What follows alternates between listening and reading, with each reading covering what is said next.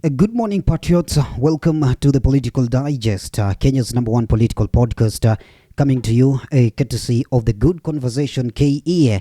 And today, one of the news making headlines as far as matters politics is concerned is a letter by Embakasi East, Babu Owino. And this is a proposal to impeach the health CS, that is the health cabinet secretary, Susan Nakhumincha. And this letter has been addressed to parliament, and in the letter, Babu Owino states reasons why he believes and why he feels that Susan Nakhumincha is not fit to hold the office of the cabinet secretary for the Ministry of Health. Some of the reasons he states, and I will quote the letter directly: as a result of the doctor strike, a majority of Kenyans' rights to life as well as right to the highest attainable state of health has been grossly violated since the strike started last month. Scores of Kenyans have been unable to access care, and in some dire cases, some have even lost their lives. And Babu says, I will be moving this motion and seek the resolution of the House to require President William Ruto to dismiss the CS from office. Must fight this. And we as members of parliament, we are also in agreement that should the government refuse to listen to the doctors' plight, we will also join them on the maandamanos. We will be with them on the streets to ensure. Now, if you are the only visitor in Jerusalem, if you have just landed in this country, kama umejipata Kenya sasa hivi, if you are landing in this country for the first time, you may think that you have landed in a banana republic. Why? Because the basic commodity that a government can offer, the basic commodity that a government can provide is the right to health care, the right to get good health care. When you are sick, you go to the hospital and get medication. But if you've landed in Kenya, you're going to be shocked. Why? Because public hospitals have grounded to a halt.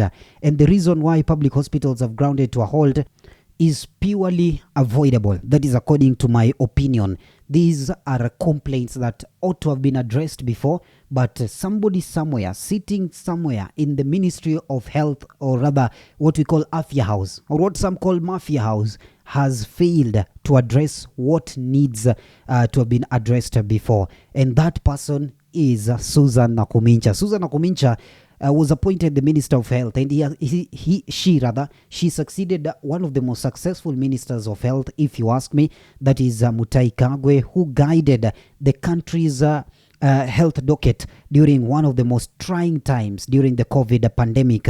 And during her tenure, Susan Nakhumincha has been more famous for doing things that are not even concerned with health as compared to things that concern her docket. She has been hitting the headlines for firing OCSs left, right and center, which is under the Ministry of Interior, not basically under her ministry, while she's gallivanting around doing things that do not necessarily concern her ministry. Her ministry is in a sorry state, so to speak, and things are helter-skelter in the ministry.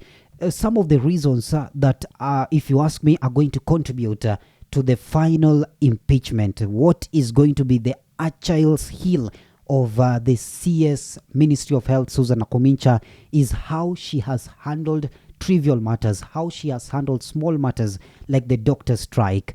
First of all, if you ask me, this is something that, as I've stated before, ought to have been addressed early, ought to have been concluded early, ought to have been dispensed away with early, because doctors need interns to be appointed.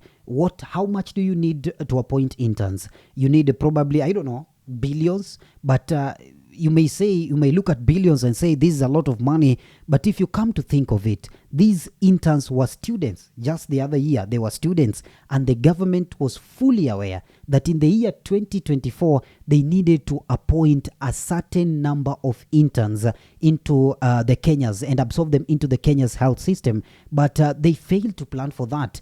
It is not surprising. It is not something that has caught them by surprise. It is not like COVID that caught us by surprise. This is something that we knew from 6 years ago. Remember, medicine is studied for 6 years ago. When we admitted this cohort into our medical school 6 years ago, we knew that they would be absorbed into their industrial training, or what we call internship, in the year 2024. So 6 years ago, we had the opportunity to plan and put things in place so that to ensure that when these people complete their course, they are getting absorbed directly into the internship program as is required, part of their curriculum, so that they complete their studies. So this excuse of we have been surprised, oh, we do not have money, this is something that we ought to have planned for before, and the Ministry of Health ought to have planned for before. How does the Ministry of Health plan its budget? If you are conscious of the budget making process,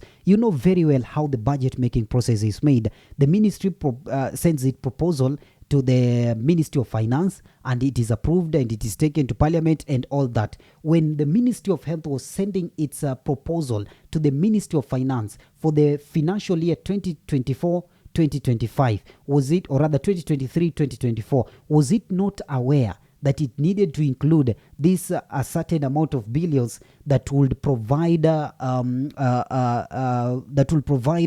stipend for the interns? I'm not sure that they did not know that. They were fully aware of that. So if they fail to do that, it is a failure on part of Susan Nakhumincha and her permanent secretaries, that is the accounting officers in the ministry. And I believe that Nakhumincha is one person whose head is about to roll if President William Ruto is serious with the Ministry of Health and how things run in that particular ministry.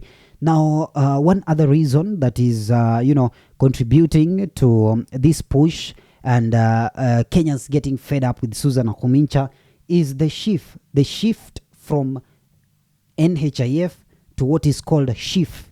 This shift from NHIF to SHIF is not comprehensible. Most Kenyans do not understand what is this experiment that the government is trying to do with their health care.